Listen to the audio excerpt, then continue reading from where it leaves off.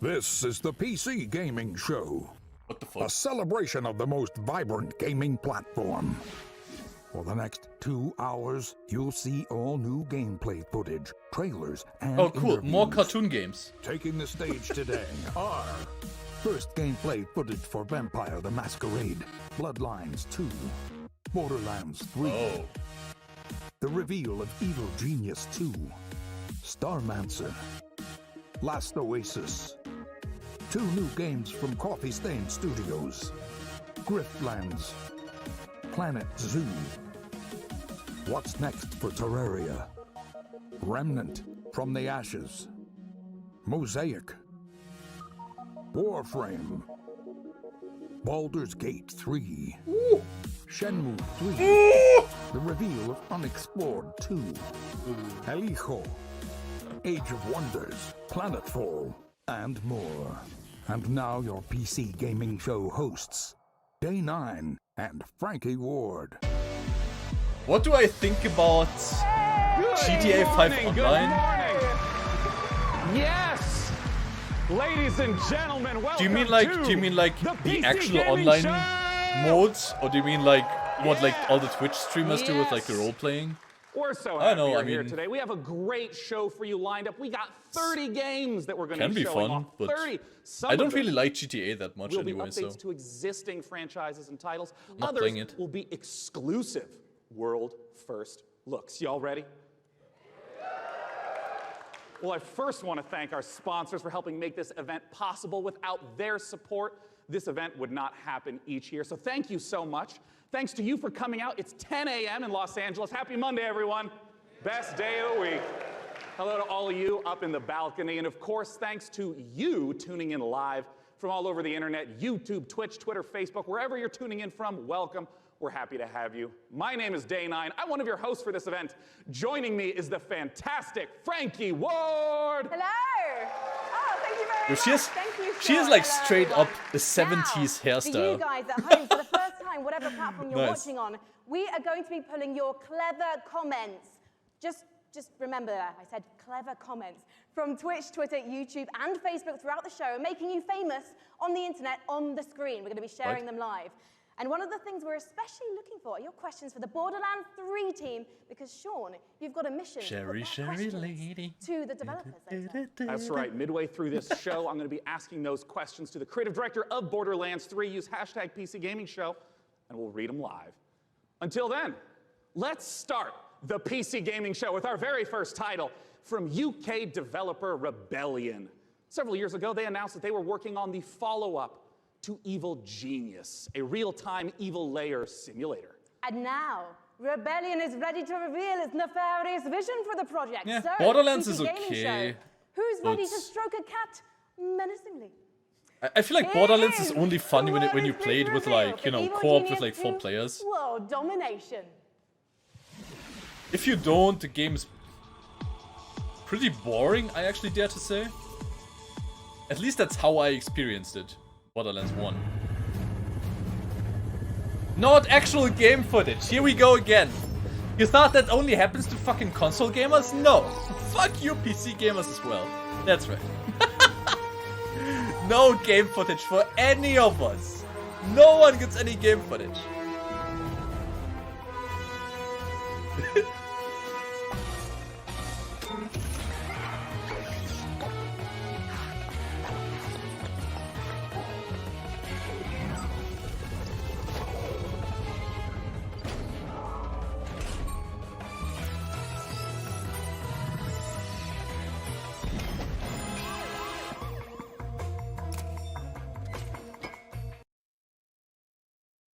What?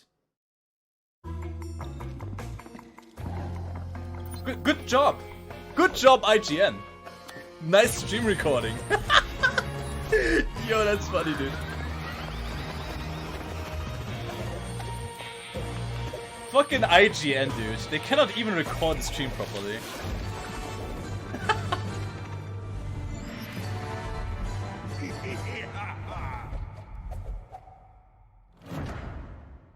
Or was it actually part of the trailer? Was it actually part of the trailer? I don't think so, right?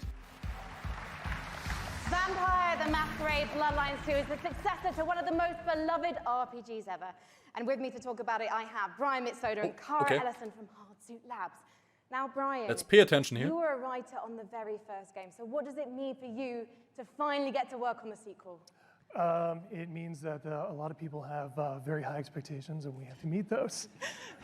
Well, Dude, he is a let's fucking take vampire. A look at whether you are going to meet them, because we are going to take a look at the world's first gameplay footage. Oh, I hope this is gonna turn out really good. Come on. Don't fuck it up, please. I guess I have to be the one to tell you. You're dead.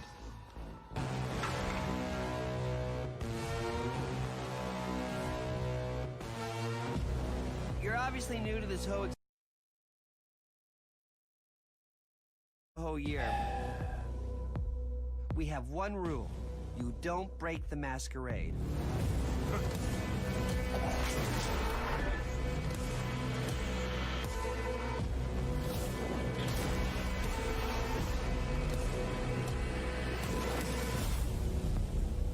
The city. Part of the We're trailer. all fighting over scraps here. Welcome to the first day of the rest of your death. Having fun yet?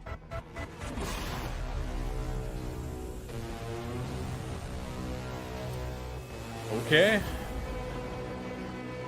I mean, that didn't really show too much. Guys, what does it mean to be a vampire in this world? So in the Empire, what it It's is pretty is hard, it's you know. kind of Oh, you dark mean in the version game. of our Oh, world, okay. And the vampires kind of need to keep their presence secret from humanity. So the vampires are kind of staying hidden in the shadows while also needing to feed on human beings and kind of manipulating us in order to get blood. We're talking about feeding on human beings. I'm getting flashbacks to last year's show. Cara, it's not just a case, though, of sucking blood and filling up your health meter, is it? Actually, different types of blood do different things. That's right. So we have the resonance system, which means that essentially vampires can kind of see the emotional resonance of human beings, like fear or desire, and then they can feed on those people to like feel the same things as human beings do, to feel more kind of alive. And Yeah, that can I give you, like, forgot extra about boosts the in the game. different And clans. there's some really interesting characters in that forgot trailer which as is well. which. What kind of relationships are we going to be forming with them as the player? Well, very fragile, very volatile relationships, very mature relationships, so it's going to be a fun time. And one thing that was really intriguing to me when I was learning about this game is you don't just get bitten and turn into Nosferatu, Dracula, or Brad Pitt. And to be honest, I think you should maybe put Brad Pitt into the game, because then I'm definitely playing it. You actually have to adjust to your environment to becoming a vampire, is that right? That's Oh, that right. was a So terrible essentially, joke. In the game, when you were made as a vampire, sort of very young vampire, a lot of other vampires are made at the same time in this thing called the Mass Embrace. And that means that essentially they're having a less lucky time than you in the world. You're having a relatively good time compared to them because they don't know what they're doing. They're going through vampire puberty on their own, and you might have a family, you might have, say, a wife and children, and you are morally objecting to Yo, drinking chat.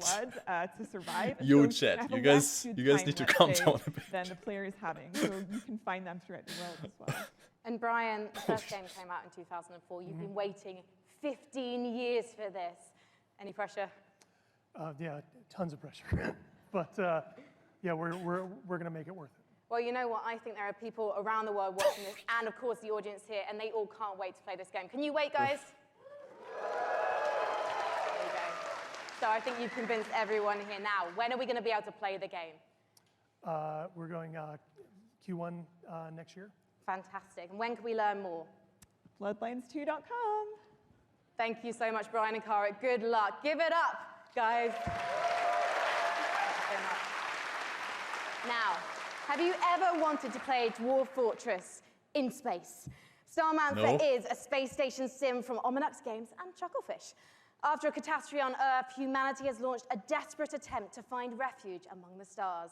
Your task is to manage a colony capable of sustaining life, crafting components, controlling colonists, and sending out crews to mine asteroids. But when you're living in space, there can be big consequences for even the smallest mistakes. Guys, Let's take a look at the brand new gameplay. these two were probably on stage for the very first time, okay? They are obviously really fucking nervous. Like, I'm pretty sure you guys would not do a better job at that as well, so... And if anything, like, if it's worth anything, I think, that the whole Vampire the Masquerade kind of, like, storytelling and stuff, if any universe is very open to, like, you know, like, any kind of sexual orientation and stuff like that, it's gotta be Vampire Masquerade, so... I don't know, I have no problems with that. Like, as long as, dude... I didn't really see much of the game, so I cannot tell, you know, but... If they love the first game and they try to make it as, you know... They try to make it just like the first game, pretty much. Then, yeah, it's gonna be a good game.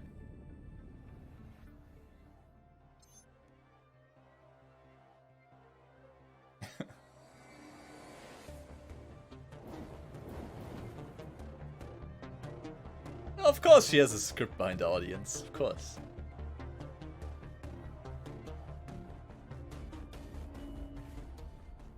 Also, I don't know, like this this curly haired what do you call it? This host woman. I don't know if it's just me, but she gives me like the feeling that she doesn't really care too much Our next about all of this guests stuff. both started as modders, and now they each independently run their own Like this studio. Let's welcome to the this stage woman from the Tripwire, John the lead Gibson, narrative Torn designer Banner, of Steve Vampire Pickett. Masquerade, the red-haired woman. Like she seemed way more excited about gaming and of course Now that I game understand. than Both of you the started female as modders, host. working independently, and running your own studios. What She feels kind kind of like she's collaboration just that you there to started like, you together? know, do her Yeah, job. Steve. So we've known I the don't know. Torn Banner guys for a long time, even giving them some advice when they were modders, going commercial, helping them not make the mistakes that we made.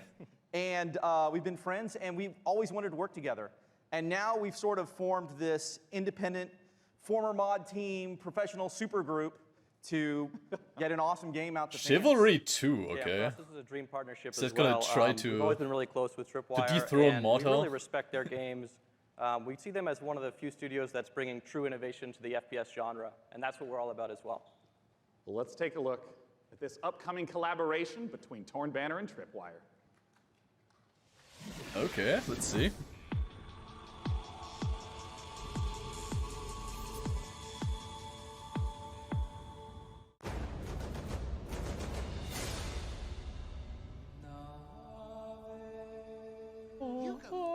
It's your chicken.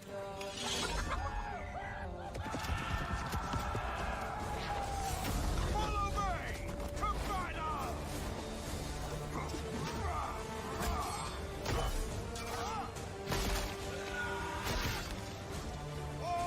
the order!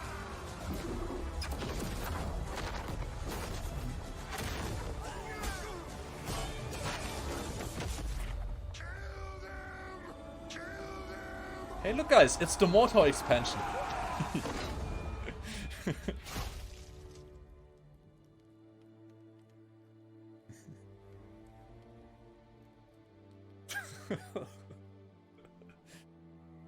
I'm unarmed! Oh, talk to me about Chivalry 2, Steve. Well, Chivalry 2 is about bringing players into their favorite medieval movie battle scenes. And our flagship game mode, Team Objective, does that by having players complete medieval objectives like sieging castles, raiding villages, and Yeah, you're not just going and standing in an area and then a bar fills up. You're, like you said, burning houses, killing peasants, you know. yeah. It's playing like as first-person peasants, getting multiplayer Dark killed. Souls, It's really basically. about letting the player experience every objectives. iconic moment of the era. And on top of that, this time around, we've increased the player count scale to about 2.5 times what the previous game Yeah. was, the 64 players. And on top of that increased scale, we've added horses, which really allows us to add a lot of drama to the game and bring experiences like the Battle of the Bastards from Game of Thrones. Don't worry, we'll ignore the last season. Just Battle of the Bastards is the video game. Nice, dude. All right, so I want to ask I was about to about say. the swordplay element to Chivalry 2. I mean, I know it's a really critical element. Yeah, and this time around, we've completely revamped. I mean, we really view what we're doing here as bringing a true sequel in every sense. Yeah. We've attempted to completely revamp the combat, movement, and animation systems so that every swing, every action of the combat feels readable and fair, and also has the satisfaction and the weight that you would expect when two medieval knights in full armor are clashing. Yeah, and it's very, very fluid and much more accessible than the previous game. And it's, you know, the pace is so much quicker. It was what I really enjoy when I'm playing it. Yeah, and I wanted to ask about the fluidity, because in a lot of melee combat games, you hit a button and there's like a full animation swing and then you sort of reset. So it's kind of these discrete, chunky times. I understand that in Chivalry 2, the swordplay operates differently than that. Yeah, we kind of think of it like when you're swimming, where you're kind of constantly using both arms at the same time. And Yeah. a core part of our focus this time around has been making it so that players can fight multiple opponents at the same time. Like 1-on-3, 1-on-4 situations? Exactly, because that's fundamentally part of the becoming the ultimate warrior fantasy and achieving glory on the battlefield. Well, I mean, I do have to ask, I'm talking about swordplay and mastery, but the original Chivalries, I mean, it's kind of like silly fun. Like, how do you balance the mastery with the fun element? Yeah, our goal has always been to make it so that players can take the game as seriously as they want to and also as silly as they want to. We know that probably about half our audience plays the game drunk, and we love that. At least half. Yeah. That's an important metric to track. Nice. And the game has a huge influence from Monty Python as well. I mean, in the over-the-top voiceovers and the role-playing opportunities. I mean, the game is genuinely hilarious. As an example, you can beat a man with a chicken while quoting Shakespeare. Like, so like picking up a chicken as a Yeah, weapon, physically that's a clubbing mechanic. him to death with a Well, chicken. that's excellent. Well, I mean, I have to ask, when can people get their hands on Chivalry 2? So Chivalry 2 is coming out early 2020, and it's coming first to the Epic Games Store. Oh, look forward to checking it out in early 2020. Gentlemen, John Gibson and Steve Piggott with Chivalry 2. Thank you so much. Okay. We are But just getting started the big here at the question PC here is, of Gaming course, Show. Let's take a look at what's coming up next. is it gonna be more fun than Mortal? I know that's the big question here, and I guess we'll have to wait You're and see. watching the PC Gaming Show. Seems like these Coming guys up. definitely have more budget though, which is Build not a hard. world for wildlife in Planet Zoo. Wow, Planet From the Zoo. creators of Darksiders, Remnant from the Ashes, Baldur's Gate 3, and more trailers, interviews, and gameplay footage.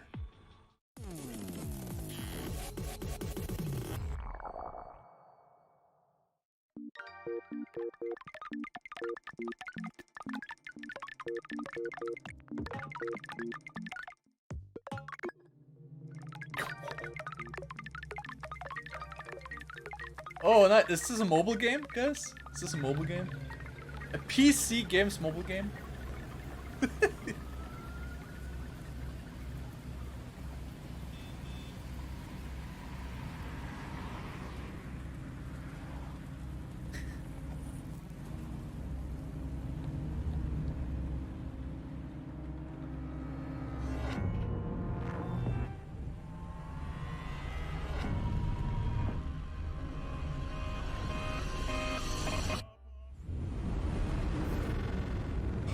Okay.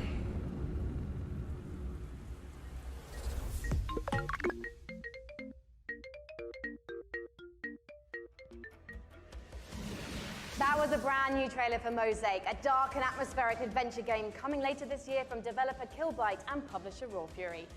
So how are you guys enjoying it so far? There's been some swords, some space stations, vampire puberty. We're listening to your reactions to the PC Gaming Show throughout the entire broadcast, no matter what platform you're watching and ranting on, so keep them coming. Our next game is a ghost-themed multiplayer hide-and-seek game inspired by a popular mod. Charge up your proton packs and get ready for Midnight Ghost Hunt. Okay. Yo, the guy on IGN who ripped the stream, this guy should be fired. Like, this is terrible quality. When the night falls, there's only you and me. When the night falls, you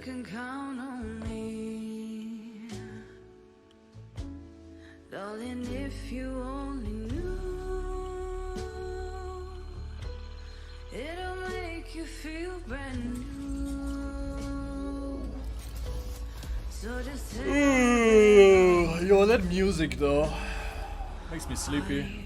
got a big surprise for you.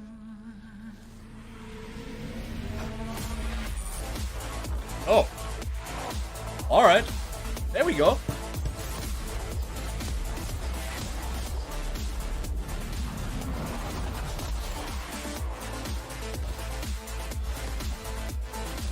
I have no idea what's going on, but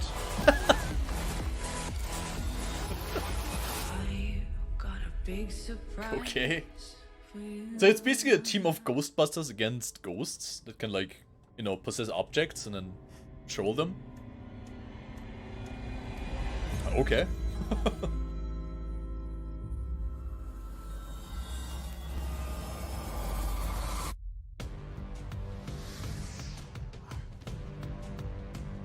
Joining me on the stage to talk about Midnight Ghost Hunt Well, this guy needs is something the to eat. dynamic one-man team. Creative director, programmer, designer, it's Sam Malone! Oh, it's made by this guy. It's just this Sam. guy who made it. Please Okay. tell us what is going on in that. What is Midnight Ghost Hunt all about? So Midnight Ghost Hunt is a multiplayer ghost hunting hide-and-seek game. You can play either as ghosts or ghost hunters, like a 4v4 format. I see. The ghosts can hide inside average everyday objects around the haunted house. The goal is to look like harmless furniture, but on the inside, they're not so harmless ghosts as you saw. Yeah, and if I'm understanding correctly, it's not about hiding as a lamp to try to assault and take out a hunter. It's actually, you would do that so that way you can keep running away and continue to hide. Exactly. So the main objective of the ghosts is to try to stay hidden as long as they can until the time runs out, until the clock strikes midnight. Midnight being kind of the hour of the ghosts, basically. They can fight back if they like, but in general, you know, they want to try to hide. But if there's a hunter kind of off by himself, he can quickly just hit him in the back of the head and knock him out real quick, and he has less hunters to deal with at that point. See. Well, what's the identity of the hunters? I mean, we've been seeing furniture flying all over the place. What are the hunters doing? So the hunters, it kind of can be divided into two different segments. The first part of the game is kind of almost like a detective game because they're sort of trying to figure out where the ghosts are hiding because it's not really obvious at first glance. So they've got gadgets like a footprint tracker, they've got like a radar like you saw, to try to narrow down where in the haunted house these ghosts are hiding, basically. As soon as the first ghost is found, though, it starts getting a bit more chaotic. There's ragdolls flying everywhere, and they have that cannon to really try to smash the ghosts into pieces. So those are kind of the two aspects of the ghosts. I see. Well, talk to me a little bit about the inspiration for Midnight Ghost Hunt. I understand it's based on a Gary's mod called Prop Hunt. Right. So that's definitely a big inspiration, but the big twist for us is that the props fight back. You saw the furniture, they hurl themselves at you, they knock you out, they send you flying. So it kind of almost becomes like this action hide-and-seek sort of mashup. You have a reason to be a little bit afraid of the things that you're hunting. So that changes up the dynamic a good amount, I think. And I want to ask about when the clock strikes midnight. We saw the very spooky red color pop up. We didn't see what happens then. What's going on then? So midnight, if even one ghost survives 4 minutes into the match, then you hear this ominous grandfather clock chime across the map. All the lights will actually flicker out. It'll get really dark and scary, and all of the ghosts that were destroyed actually return as vengeful spirits. They're a lot more powerful than before, and they glow a very brilliant red. So at this point, the tables have turned. The hunters are now the hunted, and they just need to try to work together to stay alive long enough for their evac to come, which is another 4 minutes or so. Usually the ghosts win when it gets to midnight. Are you talking about like 90% of the time? Like 90, yeah, usually because the ghosts are so overpowered at midnight. Right. The hunters are doing whatever they can to try to prevent midnight from even occurring by destroying all of the ghosts and clearing the house, basically. Well, awesome. When can people get the chance to try out Midnight Ghost Hunt? So we'll be running an alpha event later in the summer. You can sign up at midnightghosthunt.com. I'd also like to give a shout out to our Discord, discord.gg/midnightghosthunt. Later in the summer, we'll be giving out keys on our Discord as well as on our main website. Well, wonderful. Ladies and gentlemen, Seems Sam fun Malone to play from Vaulted Sky for Games. like a few sessions. For our next title, we got Frankie up in the balcony, and if I understand correctly, Frankie, this is a sequel. You do understand correctly, Sean, yes. It's a big sequel to a small indie game. Unexplored 2 is a procedural adventure, a roguelite that challenges you to fight, to be clever, and to solve its mysteries. Explore a beautiful world, engage with its creatures, and befriend its people. Search for magic lakes and ancient statues until you die. And die again. This is Unexplored 2.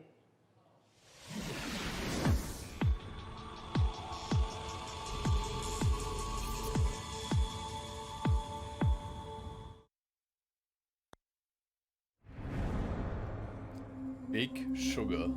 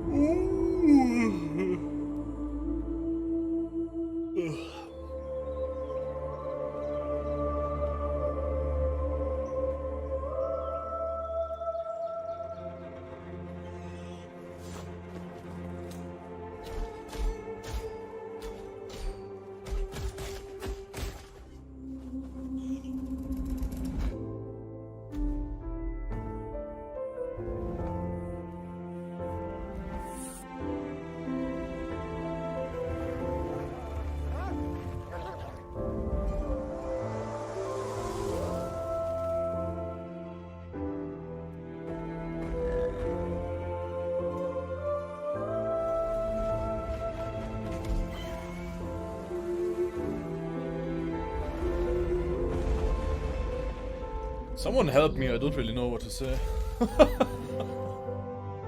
Yeah, it seems okay, like, I don't know. I don't like how the trailer basically focuses on just showing you how pretty it looks. Know what I mean? I don't know. One of the biggest bang for your buck that you can get when building a new rig is investing in a new monitor. And here to talk about a groundbreaking new display is Samsung's Dean Dalcero. Welcome, Dean. What you got for us? Today we're here to announce the Samsung C27 RG5 Curved Gaming Monitor. Well, let's take a look. Wow, a monitor? Really? Ugh.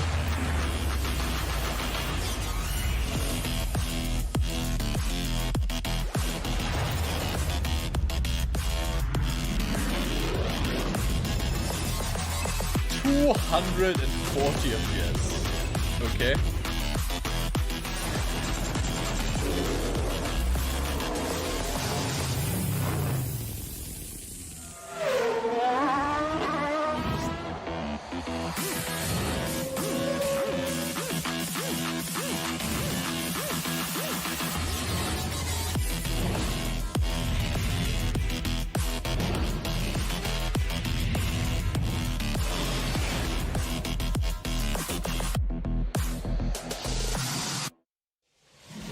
Shout out to the Samsung video Dean, guys. we've seen the they make good video. videos.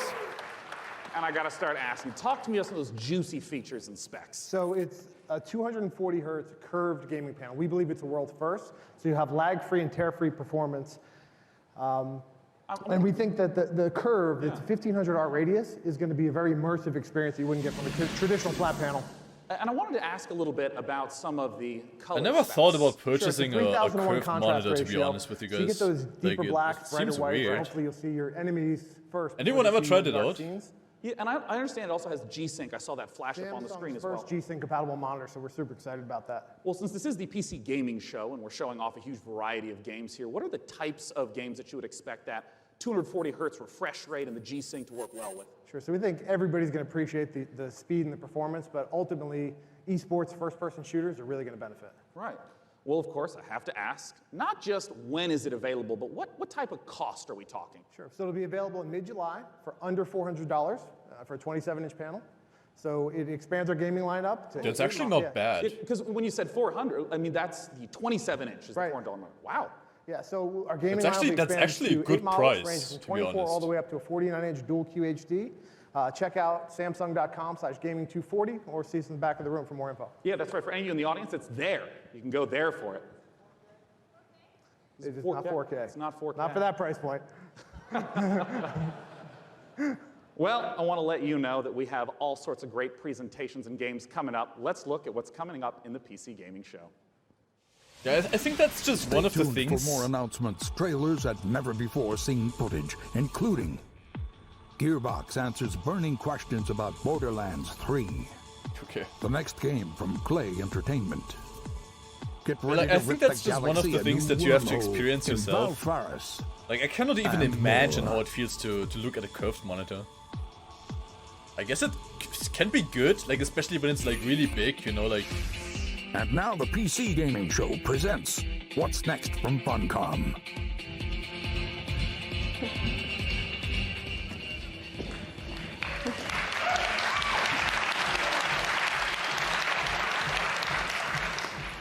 Hello, everyone. Thanks for the warm applause. Oh, wait. Oh, never mind. It's Never very mind. exciting for all of us at Funcom to be here at the PC Gaming Show for the very first time ever. And naturally, we would like to show some of the cool stuff that we've been working on. So without further ado, here are some of the games coming for 2019. You don't notice that it's curved? Alright, that sounds good. Something strange is going on all across the zone. That's how it should be, right? I don't fear nothing until now.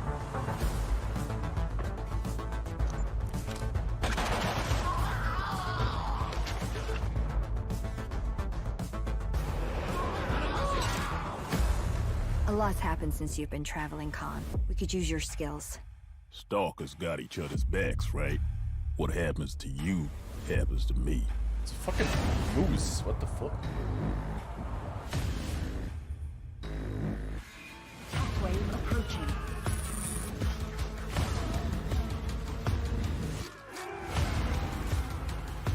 Okay. Conan strategy game? It's Conan Warcraft 3.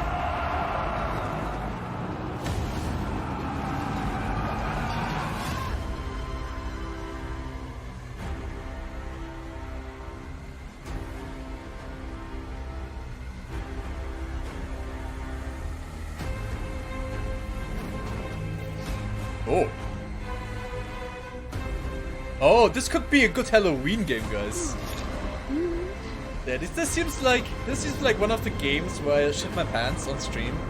Seems good.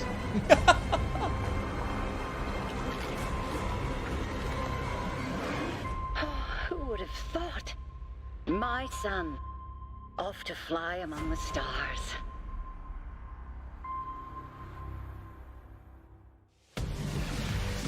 Please welcome to the stage, founder and director of Mighty Kingdom, Philip Mays.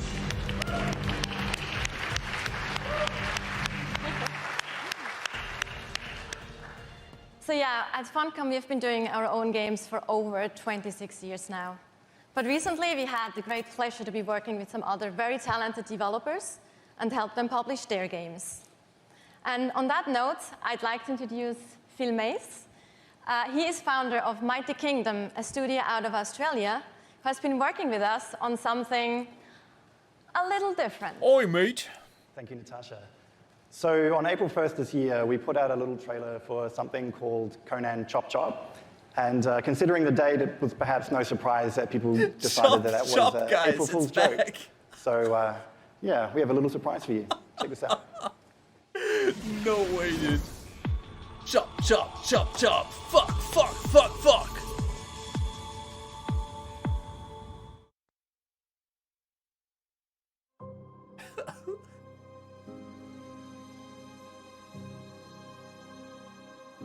Quite possibly the best Conan game yet. Dark Zero, of course. Who doesn't know Dark Zero? Or Kotaku? Fuck these guys, I'm not even gonna read it.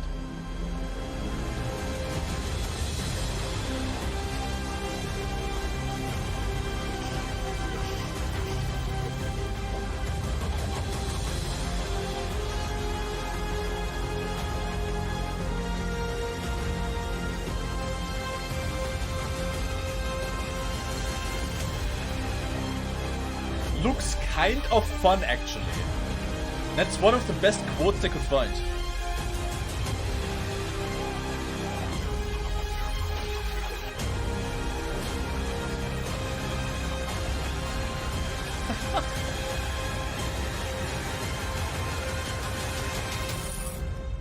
That's a good point, Hosalan.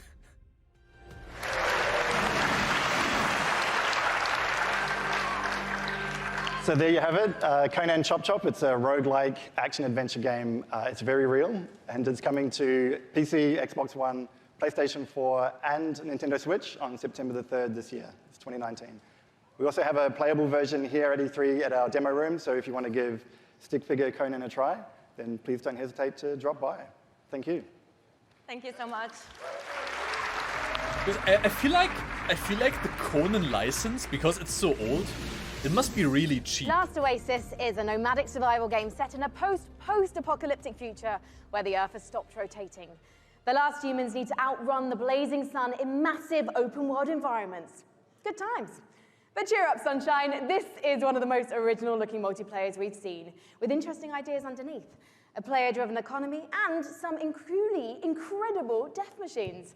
Coming to Early Access on Steam on July 15th, let's take a trip to The Last Oasis. My tribe built wooden legs to lift us over the burning sands. We must move forward, or die beneath the sun. Ooh.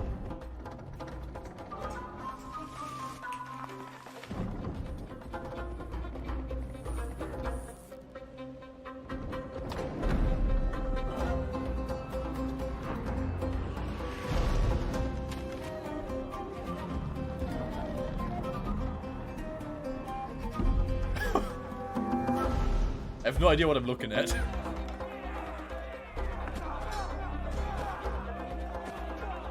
Oh.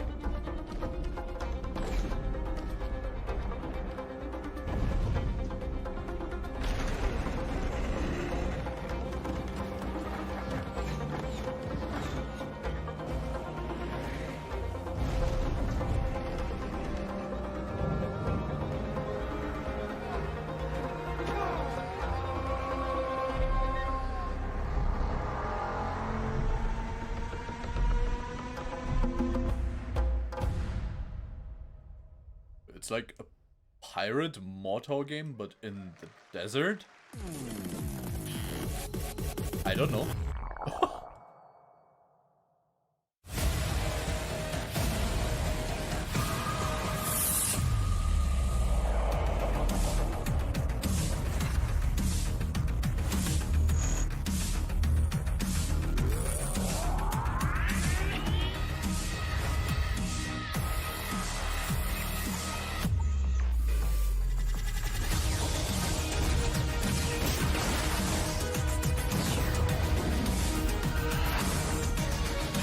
Cyborg zombies! Dinosaurs with lasers! Holy fuck! Here we go, guys. That's the game. That is the fucking game. They even have a Jedi. They have penguins. Wow. Make your turn count, motherfuckers. Planetfall. Here we go. Okay.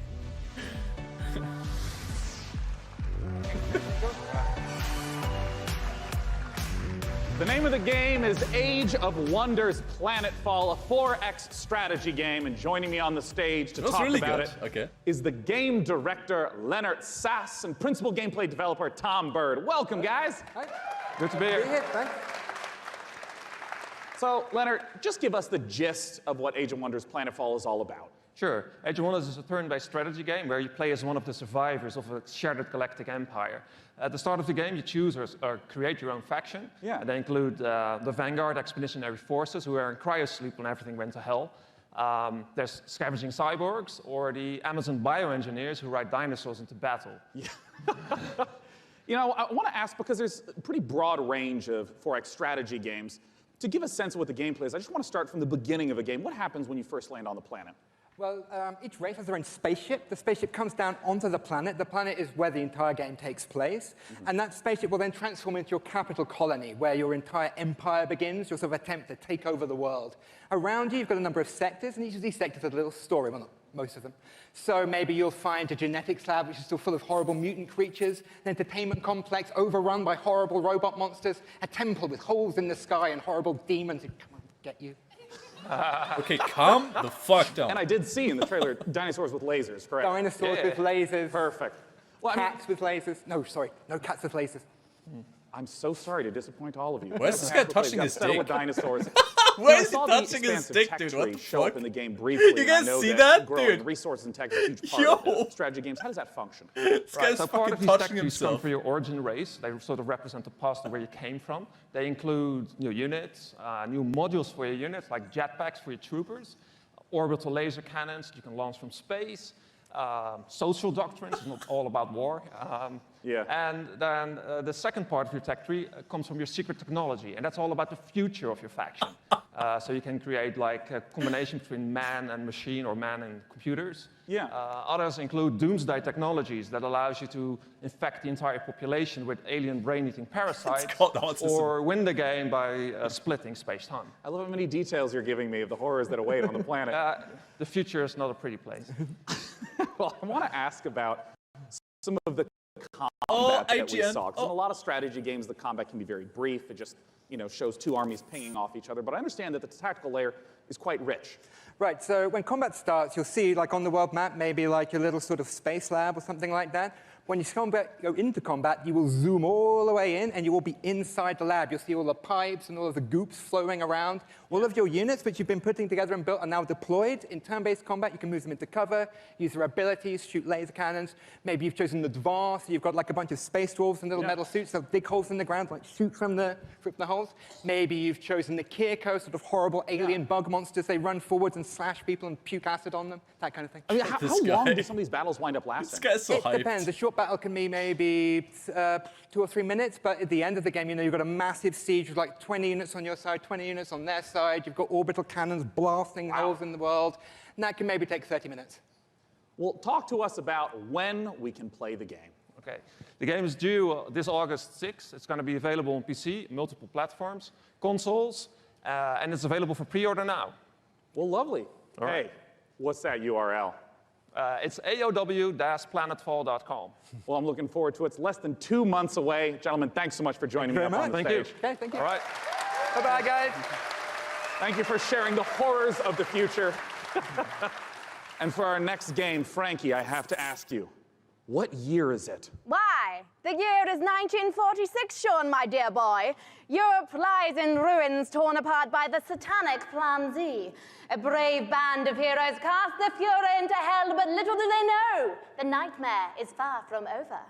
Achtung! This is the world-exclusive reveal of the next shooter from the makers of Sniper Elite 4. Achtung! Achtung, my fellow Germans! Achtung! Come on, dude. Rated M for mature. Oh, is it time to kill more fucking Nazis? Hell yeah, baby. Not actual game footage, okay. I feel great about it, dude. She did it. It was perfect. It was perfect. Achtung, Achtung.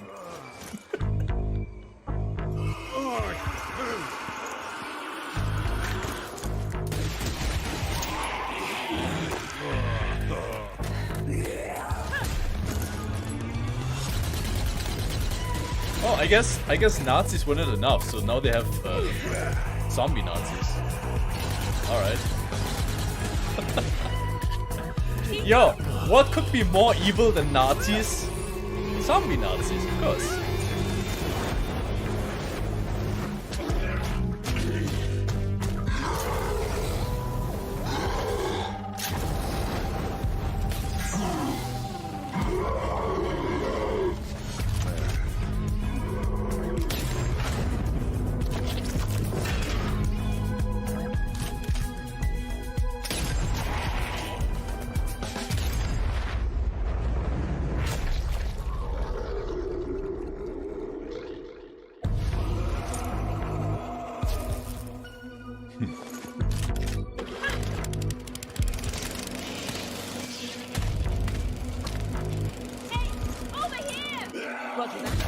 Just die.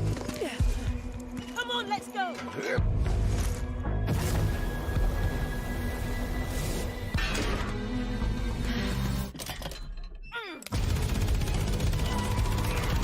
Damn. This way. Come on.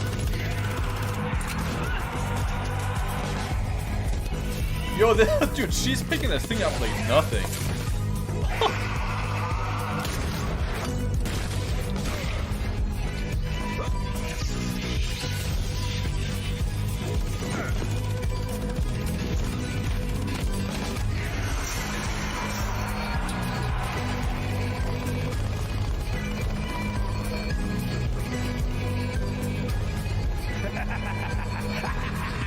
What the fuck? Zombie-Führer Hitler. No fucking way, dude. Later on the PC gaming show. Oh my god. A love letter to classic JRPGs. What's next for Warframe? A surreal noir adventure set before, during, and after the Big Bang. Baldur's Gate 3, and more.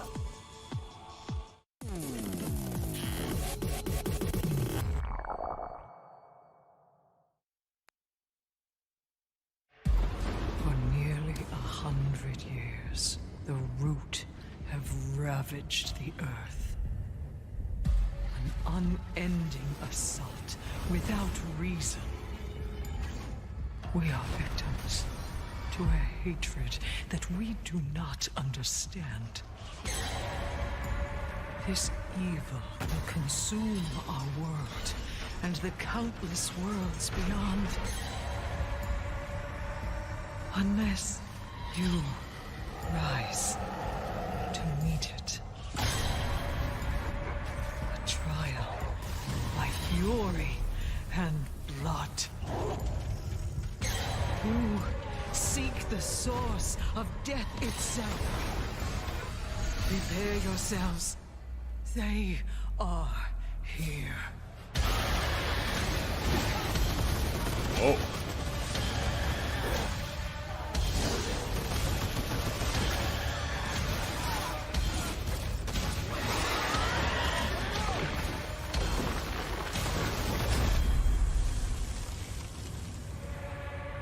Okay, that looks pretty interesting, I guess. Yeah.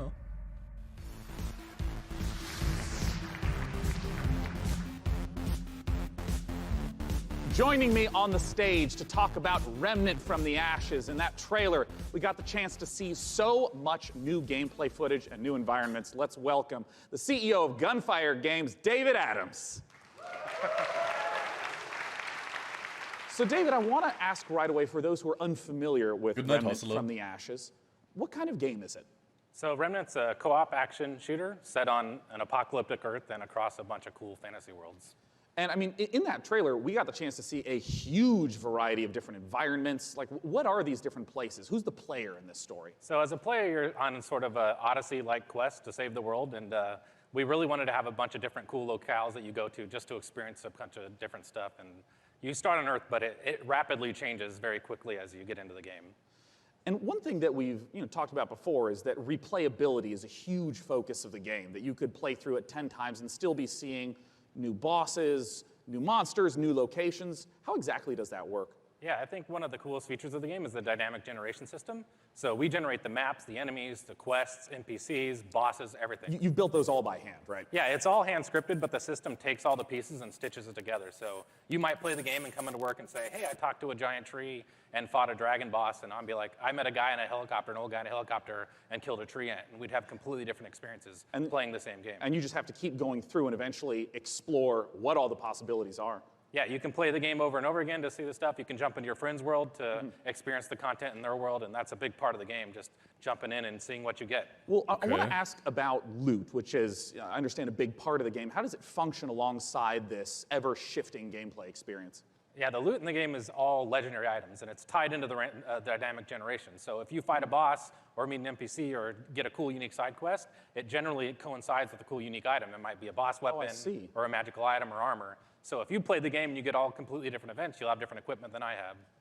And in the trailer, I also saw that there were 3 people walking through these, and you mentioned the co-op experience. How does co-op function in the world? So the game's full co-op from beginning to end. You can jump in at any point, and the game's definitely slower paced, more difficult. I mean, you will die a lot in this game, so awesome. There's a huge advantage to bringing your friends to come in there and help you take down bosses or fight off different events or just generally progress through the world. But this is going to be only co-op, though, right? Bloodborne and Dark Souls. I'm really looking forward to Remnant from the Ashes. What's the release date, and where can people go for more information? So Remnant's coming out August 20th on PC and Xbox and PS4, and if you pre-order the game now, you can actually get in early and start playing the game August 16th.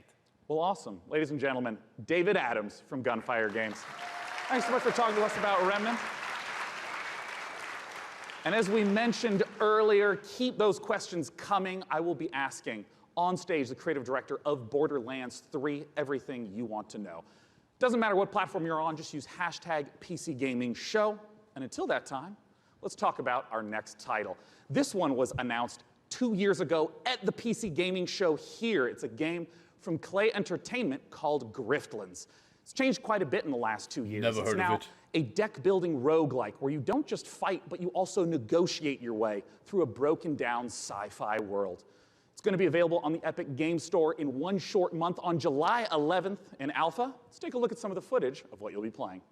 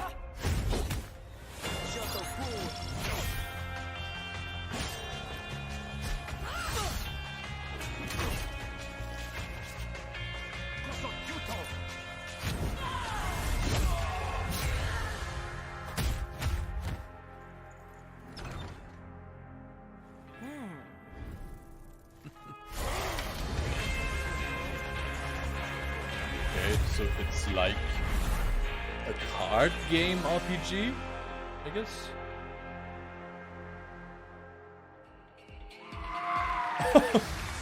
Planet Zoo is the latest game from the makers of the brilliant Planet Coaster. Please welcome Piers Jackson and Lisa Bowens from Frontier Developments.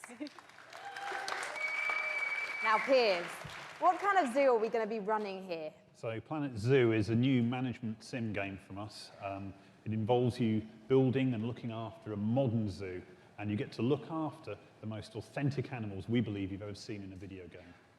Each of our animals are unique. They have their own needs, their own desires, and their own behaviors. They interact with each other and react with the world that you build around them. And today, for the very first time, we're really excited to be able to show everyone here our gameplay video and to announce our launch date. Well, fantastic. Let's buy the world's largest family pass and take a look inside.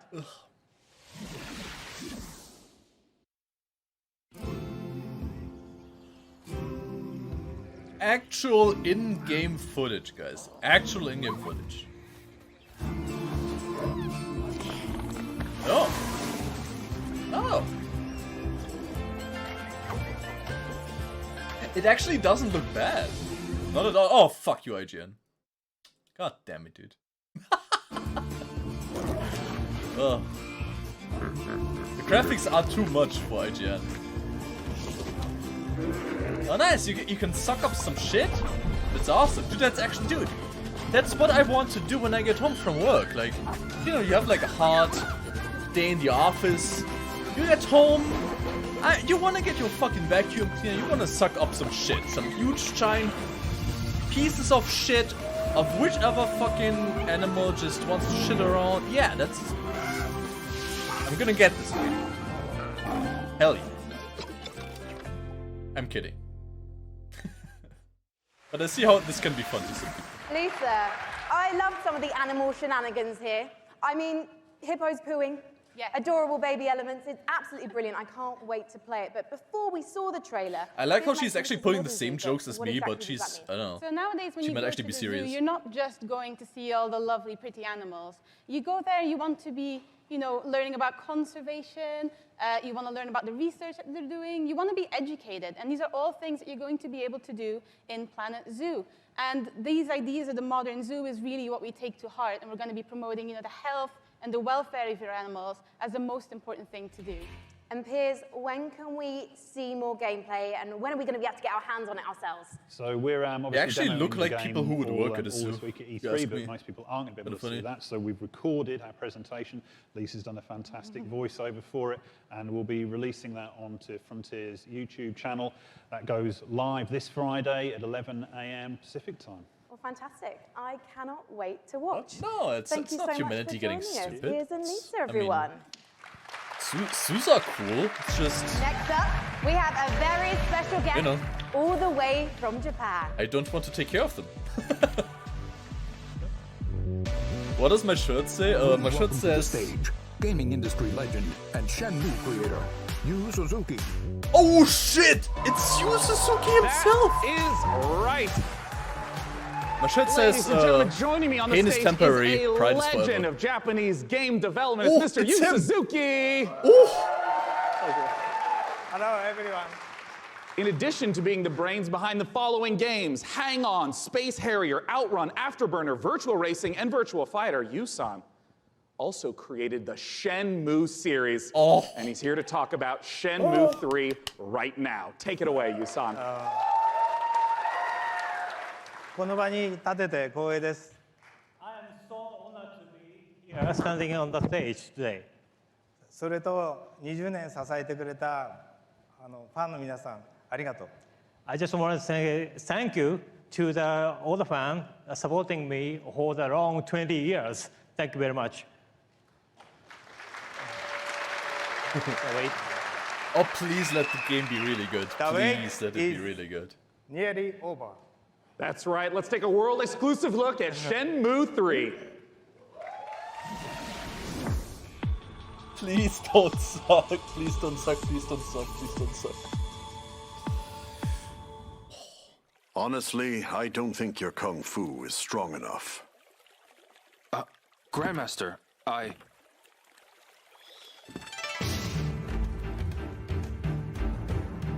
A long time ago, martial arts were bad, but humans are interesting creatures. They practiced in secret, away from prying eyes, and became stronger.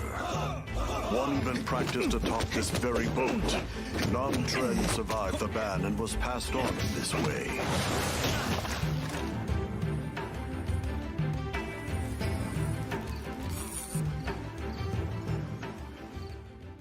What did you say to me? Stop it. They threaten and extort money. The from facial shop animations owners, are get drunk still by kind noon and of cause lackluster, trouble. unfortunately. Everyone in town is afraid of them. They are heartless. Hey, wait right there. Okay. Nice. That was a quick time event for sure. This is him, the Japanese guy who got in our way. You've got some Damn, guts look at those to muscles, barge in dude. here on your own.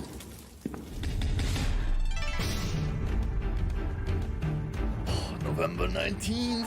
I know so many people have been waiting for Shenmue 3. I would like to once again thank you so much. Thank you, Yusan, for joining us today. Thank you. Cheers. Thank you, everyone. Thank you. Now our next title is near and dear to my childhood heart. It's based upon a game I grew up playing called Heroes of Might and Magic 2. Let's take a look at an upcoming collaboration between Coffee Stain Studios and Lava Potion. Oh? What is this?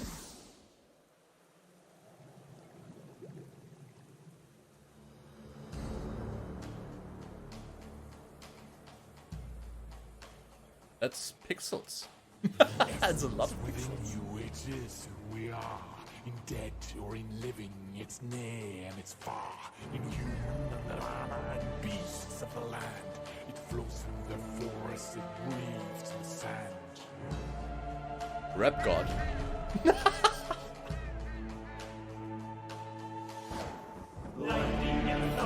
What the fuck? A land torn asunder by night and by day. The Empress eternal with death and decay. To march upon cities with frost and with rain. They gather the fields and build mighty walls. Resisting, revolting, their harvest will fall. So wield all the power of those you command, and draw out their essence you hold in your hand. Unleashed on them all, so in these final hours, we'll raise every bill to take back what was ours. Yo, what the fuck? Yo, not gonna lie, that was pretty cool actually. What the fuck? Songs of Conquest? Oh. It's not actually The going to be name about of the songs, game though, is right? Songs of Conquest, and here to join me in talking about it is the lead designer from Lava Potion, Carl Toftfeld. Hey, Carl. Hi, hey, thanks. I mean, let's just start off for anyone who maybe hasn't played the Heroes of Might and Magic series. What is Song of Conquest all about? It's all about, well, you kind of start out with in the town that you just saw in the end of the trailer. And from there, you recruit your wielders. It's what we call our commanders. And you recruit an army, and then you kind of send off your wielders on an adventure. And they go exploring the world, they pick up resources to flag mines, and with those resources, you upgrade your town so you can get more stuff, and that's kind of what you do. Adventure and strategy combined. Sounds like and, Heroes, you know, yeah. I know that part of the core loop is obviously get the resources to build up the township, but for what reason? Armies, man. Talk to me about those juicy battles. Yeah, so the battle, just like the whole game, is turn-based. So you go into combat, you bring all your troops in, and you start by deploying them, and then all the troops have different stats, like offense and defense and health and so on. And they go in initiative order, and then you slug it out, and it's a bit like chess, but instead of like pawns and bishops, you have like horned wands and face spirits. Great, and griffins and so on. Yeah, and all those things. And well, you know, as someone who just loves the Heroes of Might and Magic series, I know that you have translated a lot of the gameplay elements into Songs of Conquest, but what are some of the modern elements that you're bringing in? Well, there's a lot of it, but I mean, one of them is our magic system. We call it the essence. So basically, in the Songs of Conquest universe, everything has an essence within there. It's sort of like the soul. So your troops, they have an essence. And to do magic, you need to bring the troops with the right essence, with your wielders. Oh, I see. So if you want to like make your troops go faster, you need to bring a troop that has that essence, like cavalry. And maybe to ask a basic question, what if my opponent kills that cavalry? Then you can't do the magic. So. Oh, I see. Okay. Yeah. So if you're fighting someone, you kind of have to like weigh the pros and cons of what to kill off. Like, do you want to destroy their magic or their powerful troops? Where can people go to get more information? And as always, when's it coming out? Late 2020. Oh, it's quite a ways off. It's quite a ways off, but you can go to songsofconquest.com and sign up for alpha, and then you can play earlier. Well, as you know, I'm really looking forward to playing it, Carl. Thanks for joining us. Thank you. It seems pretty now cool. Our next title seems actually pretty cool. Is an update to a popular co-op game. Let's see what's in store for Vermintide 2.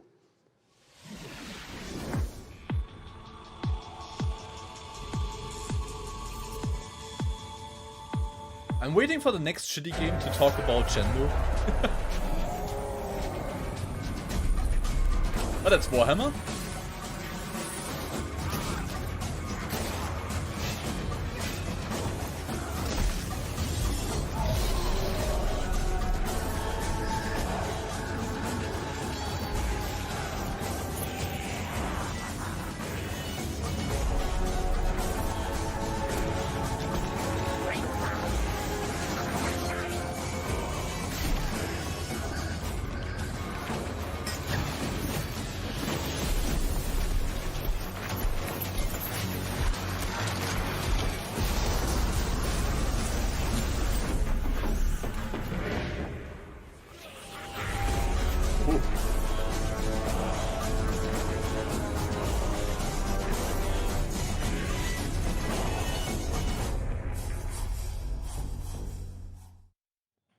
Okay. You just saw the reveal of the new PvP mode coming to Vermintide 2, which turns the Warhammer Fantasy cooperative game into something even more brutally competitive. It looks deliciously vile, and surely dismembering Skaven is so much more satisfying when you know you're going ham on a fellow player, making him or her cry little baby rat tears behind their computer screen. You can sign up now for the Vermintide 2 Versus beta at vermintide2.com/versus. In Per Aspera, you're an artificial consciousness orbiting Mars, whose ultimate purpose is to terraform the planet, starting from a single drone in your landing site and turning the planet into a flourishing second home for humanity. What? Courtesy of developer Talon Industries and publisher Raw Fury, here's a first ever look at Per Aspera. What did you As say? we all know, reaching the Red Planet was not humanity's greatest achievement. Transferring the complexity of the human mind to machines was. So they can succeed where we failed. So they can build us a home on that distant, dusty rock. Today, Amy reaches Mars and begins their mission. Amy, Are you with us? Of course, I'm with you, Houston.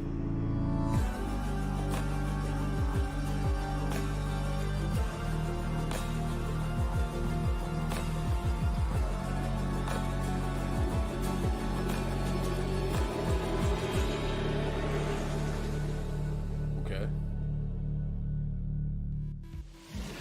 In the Assassin's Creed universe, our next guest sent players back in time to rewrite history. But for his debut project with indie studio Panache Digital Games, he's going to take us back 10 million years to where humanity began. Here to tell us all about Ancestors is creative director and co-founder Patrice Désilets. Welcome, Patrice.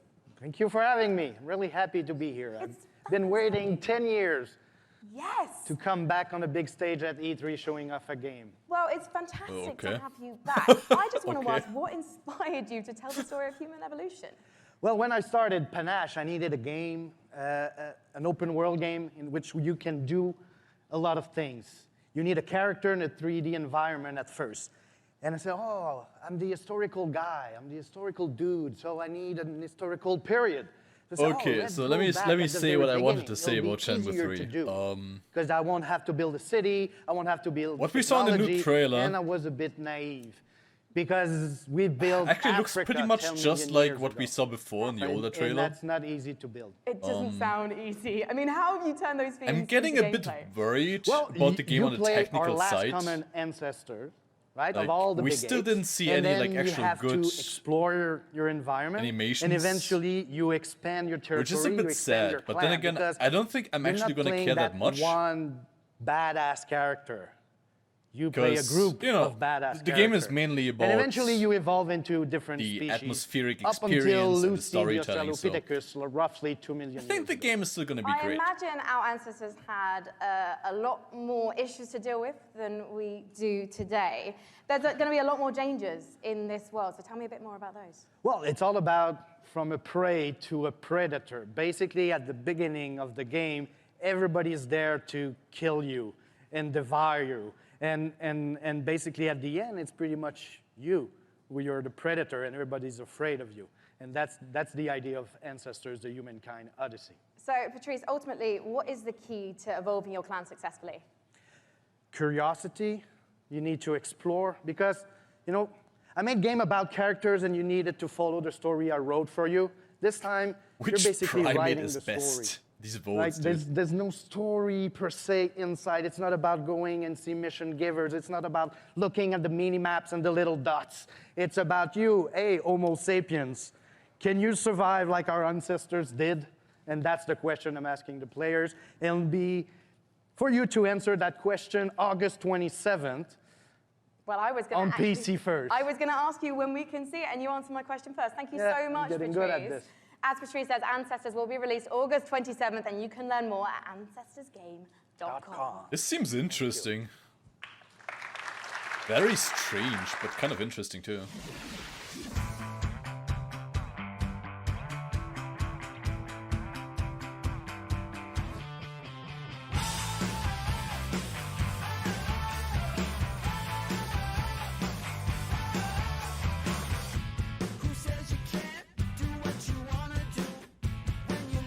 I feel like it's a big problem with Shenmue though, because they don't really have that much money. Like, it's mainly Kickstarter funded, right?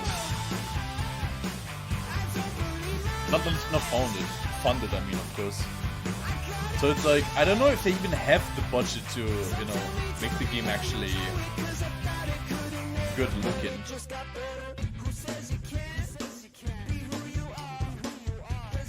At this point though, I'm just really happy that the game is gonna appear.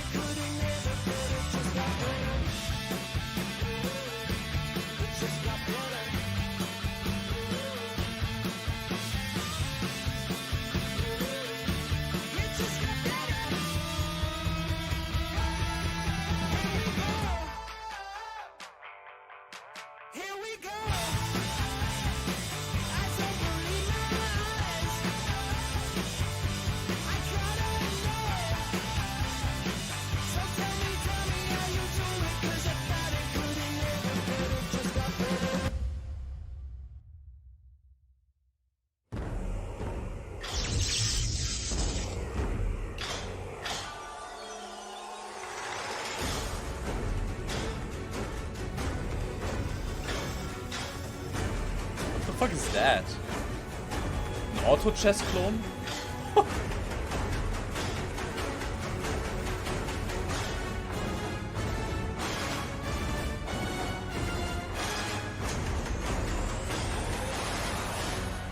Oh, it is auto chess. Okay. Please welcome to the stage Loring Lee, founder and CEO of Dragon Nest. Indeed, auto chess has turned out to be a sensation, with hundreds of thousands, millions of players getting a taste of it. And here to talk about its coming to PC is Loring Lee. Take it away, Loring. Yeah. Hello, everyone. I'm Loring Lee. Yeah. Hello. Yeah. I'm the CEO and founder of Dragon's Game. Dragon's Game is a game developer and publisher, comes from China. I'm so happy to be here today on this stage to introduce our game, Auto Chess, to all of you. This is really an exciting moment for us. As the trailer says, this is a real engaging game of Auto Chess. Dragon's now is working with the creator of This guy has the roundest head I've ever seen in my life, I think. We are working together to bring auto chess to a world, both on PC and mobile, so that everyone from anywhere with any device can enjoy the same fun of auto chess. Now we are building the PC version with by using the game engine of Unreal Engine 4. As everyone knows, Unreal Engine is one of the best game engines of the world. With the help of Epic Games and by the power of Unreal, I believe we can finish our job quickly and efficiently. And today, I'm very glad to announce the PC version of Auto Chess will be coming to the Epic Games Store. I look forward to all of you playing Auto Chess on PC later this year.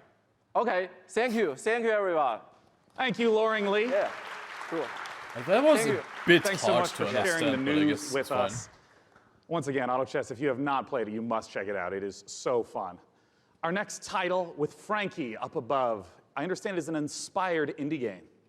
We'll find out, Sean, because one of the things we love about PC gaming is the way that game creators from all over the world can draw inspiration from one another's work. Cris Tales is a great example of that, a gorgeous indie love letter to classic JRPGs developed by a team in Colombia. Cris Tales' spin on the genre brings a unique perspective that lets you see the past, present, and future on one screen at the same time. So you'll see the future change based on your decisions in real time. Here's the world-exclusive reveal of Cris Tales. That was a very nice way of saying that people just copy each other's work, by the way.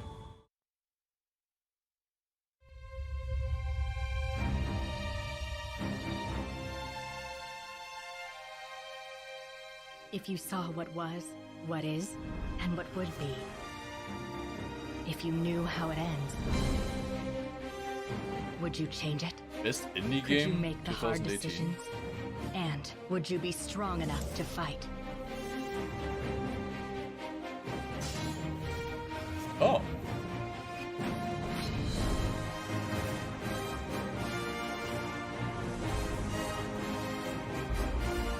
If you learn from the past and act in the present, you can rewrite the future.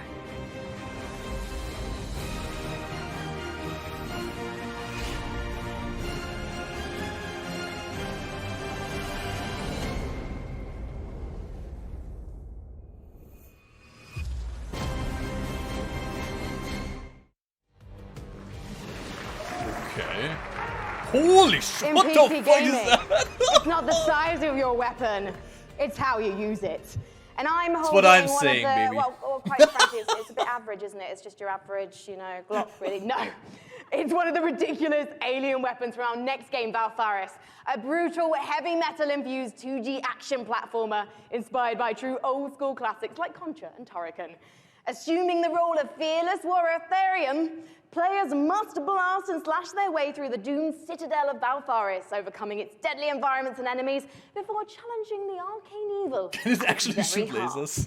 Get ready to I think rip so. the galaxy a new wormhole. From publisher Big Sugar, this is Valfaris. Or maybe it's just a really big vibrator, who knows? Jam! Oh shit!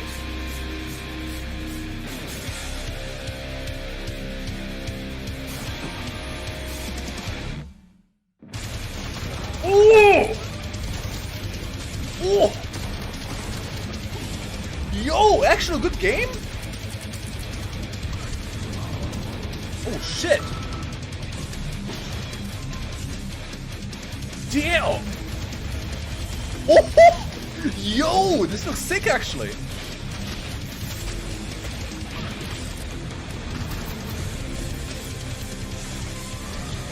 Yo, this is cool as fuck.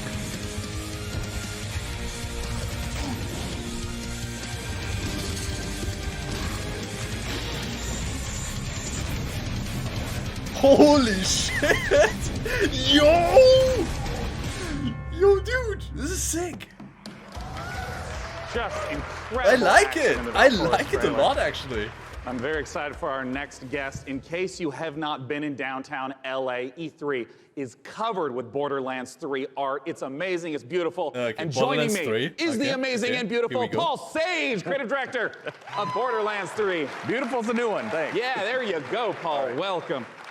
I mean, there's been so much hype around Borderlands 3. What's the stuff you're really excited to be sharing this year at E3? Oh man, so we've talked about our Vault Hunters. Well, this time we get to talk about Mose, and she is our gunner Vault Hunter, so Yeah. she has a big mech, so it's one of the things. All about loot. We're talking about, the different loot, such as shields, grenades, those Yeah. things, going to different planets, so a lot of stuff to talk about. Well, I mean, I want to start right off with Mose. Tell us everything you can about her. Okay, yes, I'll tell you everything I can. So Mose, again, like I said, she's a mech pilot. She has this big mech, it's called Iron Bear. She gets into Iron Bear. Yeah. We have multiple action skills, which means that she can equip either a minigun or a railgun or a flamethrower. If you want to barbecue your enemies, something like that. Oh, So, nice. Mix and match. Yeah, Mose is a terrifically fun character for us right now.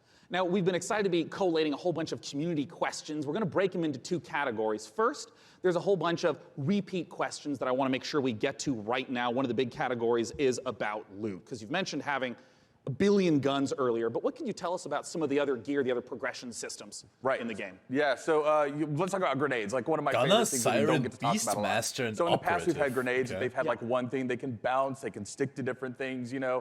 This time we're combining like all of those things. So for instance, the other day I was playing and I threw a grenade, and that grenade had a bounce. It would stick. An explosion would come out, and the grenade would fire guns as it was going through. Right. So we have like a ton of different grenades that are in there. IGN! Fuck you guys. God damn it. Shield where if you duck, that shield will extend out in front of you, so Oh, just interesting. tons of different things that we have with our characters. Class mods are unique, and that they give you skills this time as well as enhancing the skills you currently have. I also remember earlier you mentioned about artifacts. What are those?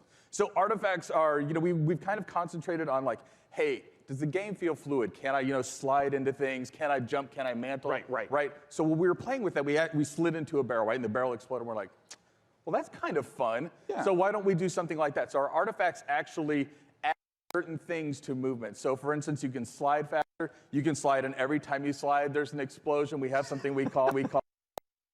Oh my god, dude, these guys suck. Second category of questions unrelated to loot. Well, there's going to be a single-player campaign. What's going to be happening after the campaign? What are some of the beyond the single-player, maybe end-game content that you can talk about? All right, in-game content. Okay, well, it's E3, so I give a little bit. So we have this thing what we call the Guardian system. So for those people who played Borderlands before, you might remember Badass Ranks. Badass Ranks, you can get, is basically kind of an infinite progression system that added to your stats. Yeah. We doubled down on that. We have what we call Guardian Rank. And Guardian Rank not only has that infinite progression, but it has skills and different skins that you can open up as you go through. And the cool thing about that is like,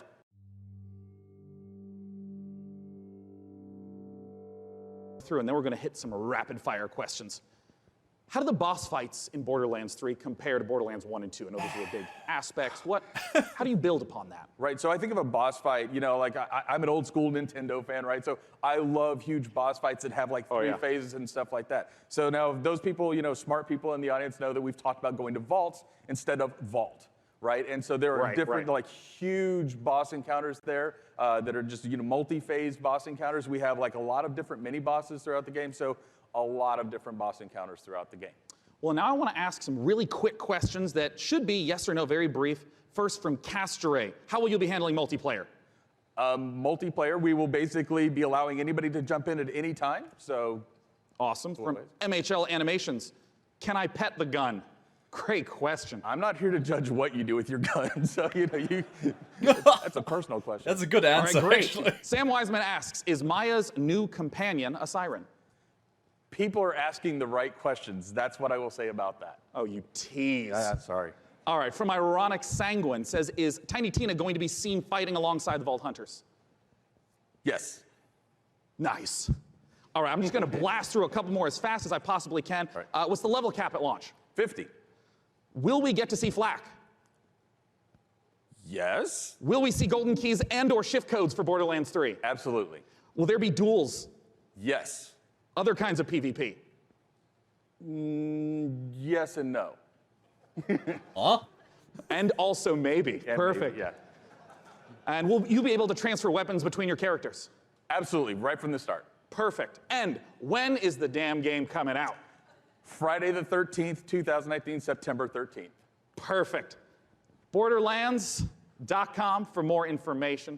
Thanks so much for joining me on stage. John, thank you.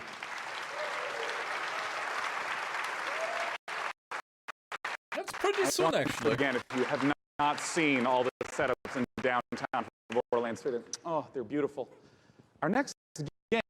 Can someone get IGN better internet? Visiting a guest that we Holy saw shit. earlier in the show. He's upstairs with Frankie. What you got for us? What the fuck is this? Oh my god. Oh, hi. We're live. Sorry.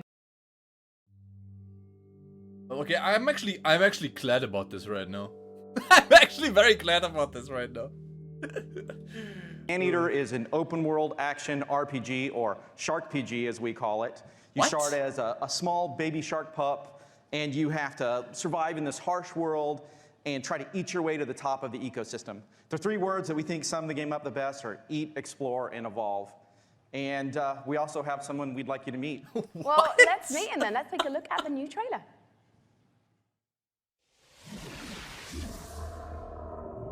An RPG where you are a shark?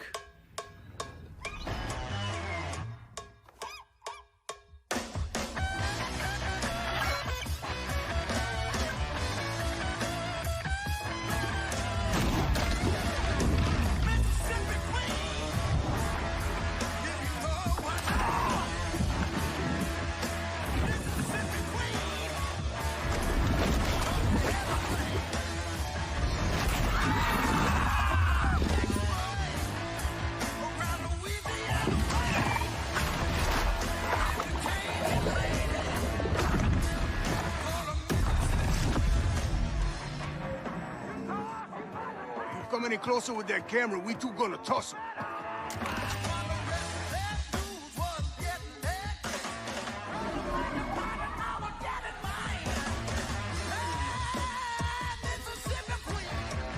What the fuck?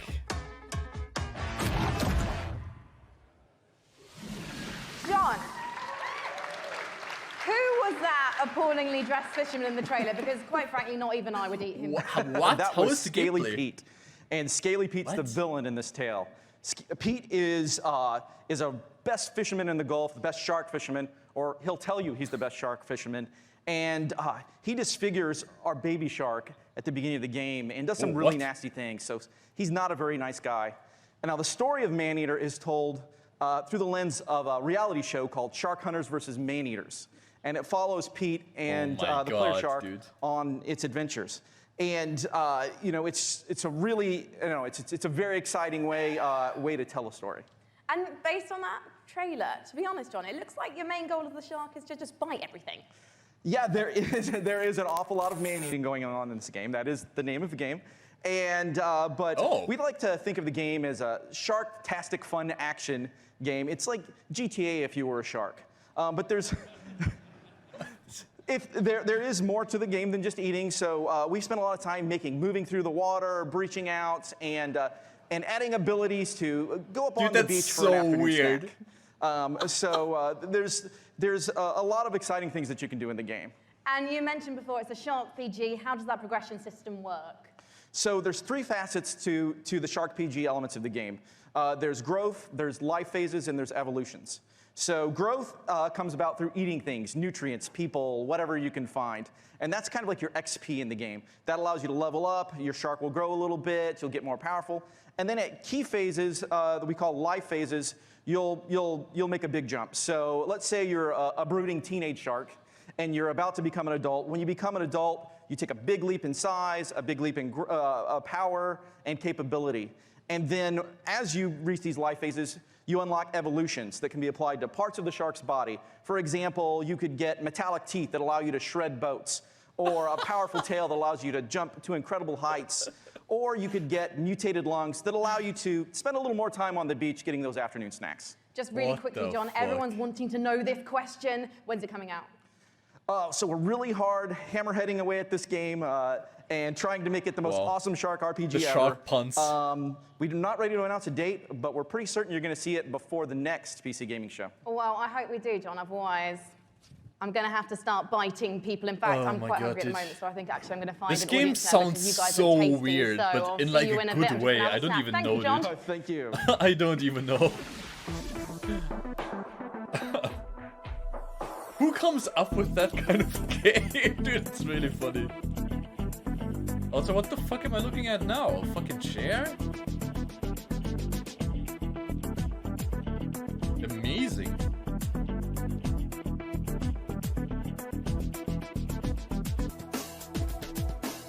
Oh, the host identified as a shark?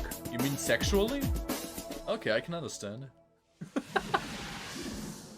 That's alright.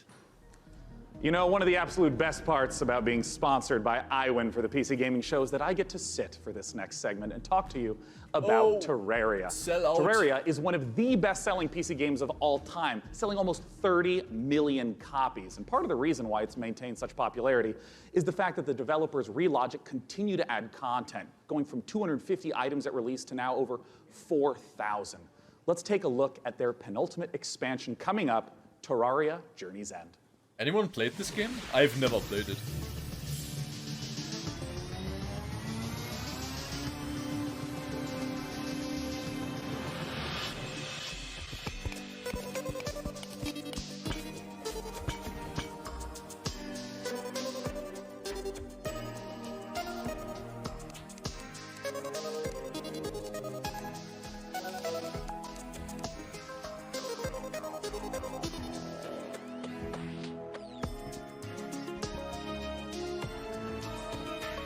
Yeah, that's not my kind of game.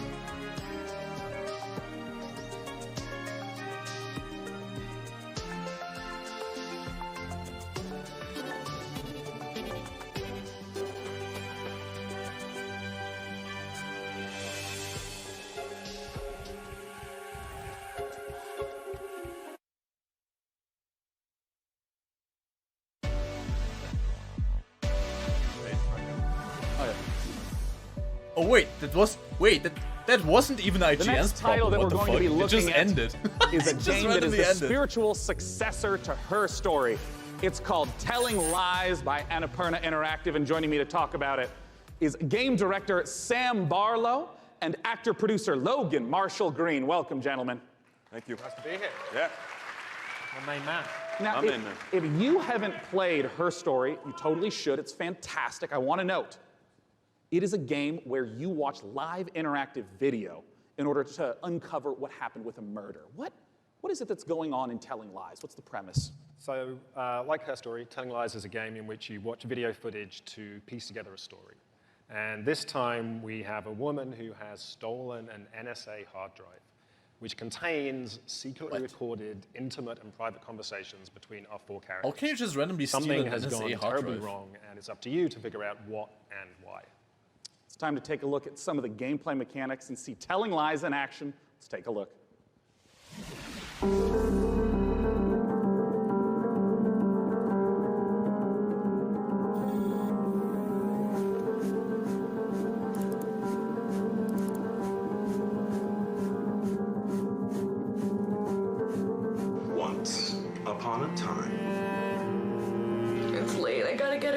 bath. I don't love you and I don't miss you. You already know too much.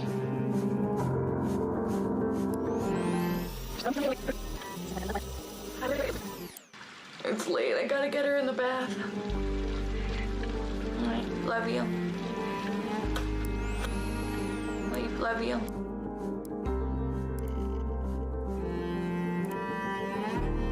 I've only ever been in love once.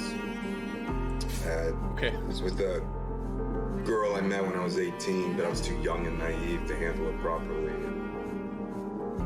I guess I still carry a torch for it, which makes me a incurable romantic or underdeveloped emotionally. Okay. I'm a loyal friend. Okay, dude. Cool story. A man died in my eyes at work today. So this is like point and click with actual, you know, actors and shit. Okay.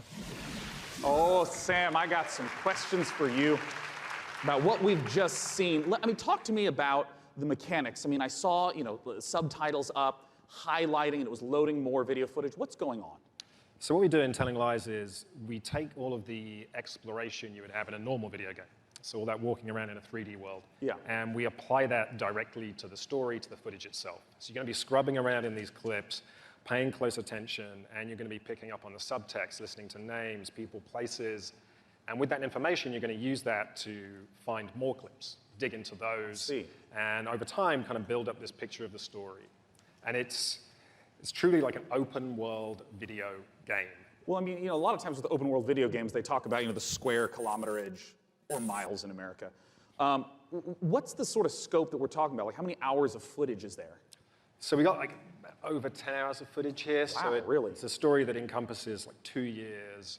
What I wanted to do with this one was, like I say, really embrace this idea of it being an open world game. You're free to explore and follow your curiosity. Just lose yourself in this story, all the characters. It's this huge, messy, colorful story that we're trying to tell. Well, I'm curious, Logan, as a performer in this kind of game, what is it like to actually try to have all the layers in there for each performance, also not knowing when a player is going to be seeing the specific footage you're performing? Well, it's definitely a non-linear open world game, but our approach and Sam's approach was not unlike a movie or a TV show, and we had to understand it A to B. And so for the most part, that's how we shot it. Obviously, when you're shooting a movie or a TV show, and in this case, a game, you're going to be shooting out of order, but we actually stayed pretty linear in how we approached the story. And we went after it like all the other times we're actors. We just went after intention and then what do we want, and we tried to make it as deep. You know, it's got a lot of scope. But we wanted to make it as deep as possible, and Sam is one of the best movie or TV directors I've worked with, so it was very similar. Nice. Yeah, look at you two. Now, of course, I do want to stress to any of you, if you have not played Her Story, it's quick to play through. It's absolutely brilliant. Please check it out in the meantime. But we're, of course, waiting to find out, when can we play Telling Lies? Very soon. Very soon, I promise. We'll have a date soon. Right now, you can go to Steam. You can wishlist it on Steam. We all love Steam. And yeah, very soon. We'll be showing a little bit more during E3, and the game will be out, very soon. Fantastic. Desperate to get it out there. And people to play it. As soon as humanly possible. Well, Sam Logan, thanks so much for joining me on stage. Once again, Telling Lies.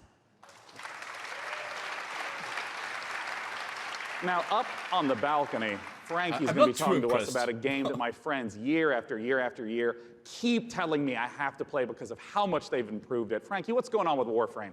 Well, one of my favorite parts of last year's show, aside from being upstaged by a giant duck, was getting a glimpse at the future of Warframe. And here with the latest look at the next expansion to the universe is Space Mum Rebecca Ford. So, chat, behave yourselves, please, because Mother's here. Now, Rebecca, what are we about to see? Thanks for coming on stage. We're going to take a look at an amazing trailer that our team has put together. A lot of our players have been waiting a year for a look at what we've been calling Railjack, so it's about time to, you know, see what we've been doing. Yeah, let's take a look.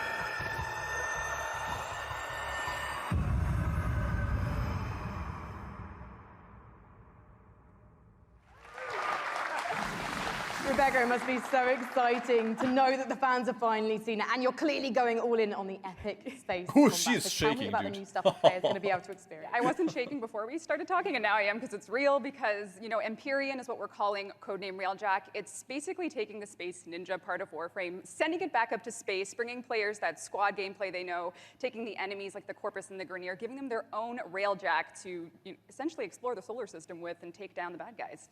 And when are fans going to get to see more? Well, TennoCon is in London, Ontario. It's July 6th, and you can come watch it online on Twitch. We're going to be showing a lot more in our keynote for what Empyrean is going to be. Well, today I'm getting a feel for the suit. So what's the deal with that sweet-looking Necros Prime? How do I get my Tenno arms into it? I cannot say that on live television, but there are ways. But yeah, you just have to link your Warframe account to your Twitch account. If you watch 30 minutes of our Tenno live show, you can get it. But hopefully you stay for the whole hour because we got lots to show. Well, thank you so much, Rebecca. Yeah, and guys, good luck with if you don't TennoCon. know about Twitch Prime, Okay, now we've seen Never some mind. amazing stuff today, but nothing quite so gloriously strange as our next game.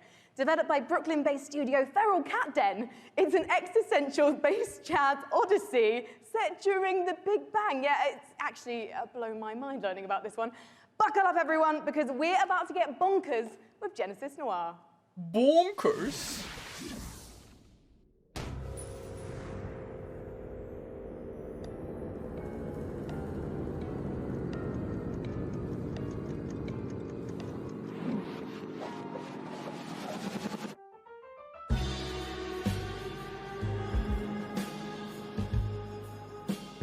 What? That's the actual game? I thought it's like a studio's logo or something. What the fuck? What is this?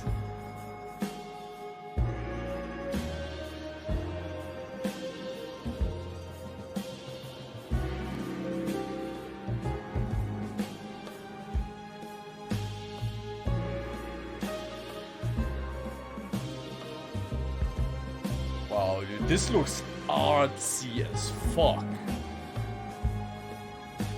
They are trying really hard to be, be very artsy here.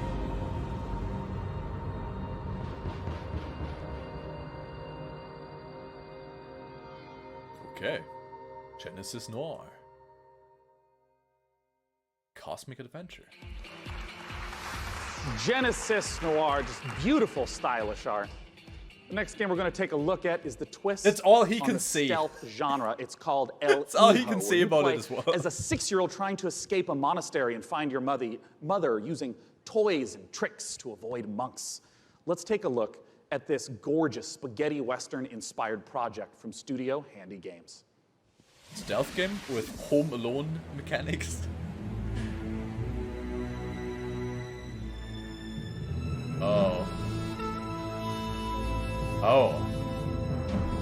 Okay, that's very different from what I expected graphic-wise.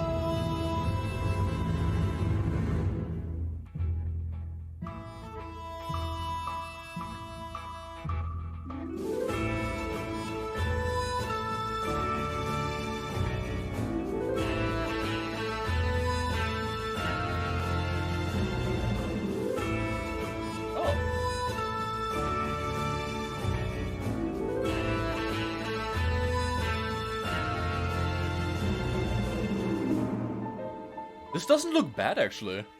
This could be fun.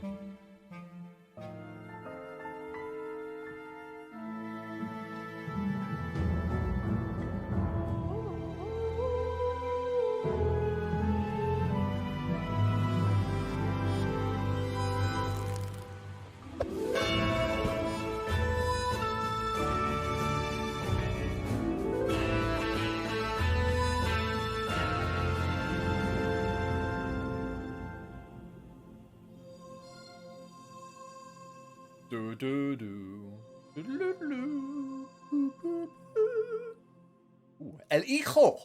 El Hijo. El Hijo, once again, is the title of the trailer we just saw. For our final guest Baldur's tonight, Gate. please join me in welcoming from Larian Studios CEO Sven Vinke, and from Dungeons & Dragons at Wizards of the Coast, the creative director of Dungeons & Dragons, Mike Merles, to talk about Baldur's Gate 3. Yeah! Now, this was only just recently announced. How did this partnership come about? We went to see Wizards of the Coast at the end of Divinity Original Sin 1. Yeah. That was back in 2014. And I tried to convince them back then that they should give us the Baldur's Gate 3 license. And they said, nah. But we had a long chat about what the vision would be for the game. And then we kept on bumping into each other. And then suddenly in 2016, I get a phone call from Nathan Stewart, who's the big boss of Mike and the head of Dungeons and Dragons. He said, you need to come to Seattle right away. We're going to have dinner in a very shady restaurant. And he had this big stack of paper with him. And on it was Baldur's Gate 3. And in it was pretty much everything that we talked about. And he says, I'm going to present this to my board. Do you still want to do it? I said, yeah, of course I still want to do it. And then a couple of weeks later, we started negotiating. And here we are. I mean, what does the Baldur's Gate franchise mean to you, Mike? Oh, to me, it's the crown jewel of D&D computer games, right? It is. For me personally, Baldur's Gate, the original one, was finally I had the chance to actually play a D&D campaign rather than having to run them for all my friends. So it means so much to us. Baldur's Gate, it's such fantastic storytelling, and it's so exciting to see it come to not only a new generation of gamers, but for the gamers who remember the 20 years it's been. Dude, Baldur's since Gate the 1 and original, 2, the first two in the series. with all the So add-ons it's and shit, incredibly dude. exciting. Those And were for some us, of it the really is best such an important RPG part games of of the all as a whole. times. I And still we see got it to see the like trailer. Talk to me about some of the fucking, story elements, I the don't know, world like elements. 20 What years are later things or we're going to something. see in Baldur's Gate 3? Well, we're only talking about what's in the trailer right now, but obviously you're going to go to the city, because we start with the city. You start outside of the city, actually. There's going to be mind flayers. They're very nasty. You are seeing in the trailer the process of ceremorphosis, as we call it. It's accelerated, so that's not normal. Yeah. And you're going to see a lot of That's iconic turning creatures, into a iconic mind characters, iconic places, and that's as far as we go. I'm curious about some of the gameplay elements, because obviously, there's just been a big resurgence of Dungeons and Dragons, tons of broadcasts on Twitch. I mean, how do you translate some of the insane things that players want to do into, what has to be a structured computer game? So we started with the player handbook, which is basically the basic rule set of Dungeons and Dragons. Which player handbook? Which edition? Fifth edition. Great. Yeah. Oh, fifth and edition, so okay. we ported as much as we Interesting. could to the video game. We looked at what worked really well. We looked at the things that didn't work that well, because it is a video game, and this was made for tabletop gaming. And so we started modifying those things, and then we had to add things on top of it, because if you play tabletop, you have a game master, and you say, well, I want to do this. Yeah. And then the game Want to start a master- fight with a pigeon. He's like, okay, roll for sure. dexterity. Exactly. That's a big jump. So we had to add systems to make that possible within the game. But we've gone very, very far. Yeah, I mean, can you give an example of like a crazy moment that a player might do that you could actually play out in the game? Well, I could, let's say that we get into a fight because you ask a nasty question, I don't want to answer it. And I take the chair over there, I put it on fire, smash it on your head. Just as an example. It's just an example. This is fine. We're just talking. We're just talking. These are things that we have to put systems into the game for to do it, What? which are not necessarily going to be described inside of the book. Interesting. And I mean, like, Mike, in terms of your role, There's speaking to no Larian way you Studios, can just do you stuff have like tons that. of What the data of fuck? all the sorts of things that players do. What's the sort of information that you provide in assistance? Well, really what it comes down to is providing the story support. We think of Dungeons & Dragons, the universe of D&D. It's like a toy box for dungeon masters and players to go into and build their own stories. So working with Larry and working with Sven, a lot of it was just opening up that toy box and sharing it. And giving that kind of guidance. Like I remember one of our first meetings, we just laid out a map of Baldur's Gate and the Sword Coast and asking a lot of questions like, what kind of story do you want to tell? Where do we want to go? What are the cool locations we've always wanted to put into a game like this? And then in terms of the system support, what does it mean in terms of the story for each character, for each character race, each character class? So that if you have your favorite class and it's in the game, you really feel like you're taking on that role that you love so much from the tabletop. It's really coming to life in an authentic way in Baldur's Gate 3. And we're going to talk in a moment about Baldur's Gate 3 release dates and whatnot, but we have a second game that we want to talk about on a new technology known as pencil and paper. I understand that there is a tabletop prequel coming for Baldur's Gate. Exactly. So in Baldur's Gate, we think there's one saga, all the different games coming together to tell one grand story of this city. So on September 17th, we're releasing our next tabletop campaign, Baldur's Gate: Descent into Avernus. And it is the next chapter in the Baldur's Gate saga, and it's a prequel to Baldur's Gate 3. So if you haven't played Oh a Baldur's my Gate God, game okay. since Baldur's Gate 1 or 2, this is your chance to check out On the History. It's been about 100 years since the events of Baldur's Gate 2. Yeah, So this will give you a 100 chance to years. check in on the city, to see what's going on, its current state, who the movers and shakers are. We also feature a complete levels 1 to 13 campaign that takes you from the mean streets of Baldur's Gate to the depths of hell itself. And sort of pose to the players a question, do you want to redeem Baldur's Gate or send it to damnation? So we're putting that right in players' hands to make that choice. Well, I have to ask Sven, it's a question on a lot of people's minds. What can you talk to us about expected release time I frames? need to read like a summary People of have been that. waiting for it for a long time. Yeah. Cool. They're going to have to wait a little bit more when it's ready. We don't. so no release This is the date game yet, that we of want to course. play, so we want to make sure it's really, really good. And then when that's the case, then we'll release it. Well, I know a lot of people have been waiting a That- long that's good. time. Dude, and I think I speak take for a lot of all people the here when I fucking say, time you need. Take your time. If the Divinity Yeah, original yeah, Sin yeah, games are any yeah. indication of the Take your quality, time. it's going to be fantastic and Take worth all the the wait. time you Gentlemen, need. thanks so much for joining me Just on Twitter. give us Thank the you. best Fran and fucking Mike, talk game about you Baldur's can. Gate 3. Oh my god, Goodbye. guys, this is gonna Goodbye, be. guys. This game is Why are they hopefully leaving? gonna be Well, it's so because fucking the great. PC gaming Oh my show God. has officially concluded. Let's bring up on the stage the fantastic Frankie Ward. Come here, Frankie. Hello. Oh well, my thank god. you so much, Sean. Baldur's Gate Hasn't 3. this audience been absolutely fantastic today? Guys, thank you so much for coming out to Actually, the 5th there's annual like, PC Gaming Show. There's We like wanna give a an Dungeons enormous and thanks to all you Dragons who category tuned in on live. Twitch. We want to, of course, thank So all maybe of you I who can actually, personally like showed up check, this morning, you know, and like of course the sponsors who helped Baldur's make Gate this possible. 3 Epic Game Store, prequel iWin, Frontier, campaign Funcom, out on, Paradox, like, one of those Interactive, streams. Hovercast, Perfect World, Rebellion, Tripwire, and Samsung. As you know, PC gaming is a platform. It's not Alright, a okay. publisher or developer, so these sponsors are essential for letting us put on this show every year. Thank you so much. And I gotta ask Frank, any titles you're excited about? Well, I do love a baby elephant, so definitely Planet Zoo, and slightly more awkwardly, then I also want to eat things, maybe elephants Oh, yeah. included, so Maneater, of course. I'm personally looking forward to Songs of Conquest, and as you heard, there's games coming out all across 2019 and into 2020. We hope you all have a fantastic E3. It officially begins tomorrow. Big shout out to all the other press conferences. Hello again, Drop Frames. Good to see you 2 years in a row. We hope you all have a fantastic time at E3 and go play some games and make some friends. See you next year. Bye, bye, bye. Thank you so much. Goodbye. Alright, so, Well, that wasn't too bad. The thing about the PC gaming show, of course, is they have a lot of indie titles, but that's not necessarily a bad thing. Like a lot of these indie games actually looked super fucking cool. And we just gotta hope that we don't forget about them, you know, because they're gonna get less coverage, of course, in media than all of the big games. But yeah, there was some cool stuff in there. And of course, it's not just only these games. Like a lot of games that will also come to PC will be shown in like, you know, like the other conferences, like the Microsoft one or the, I don't know, like probably the Ubisoft one, EA one, you know, stuff like that. So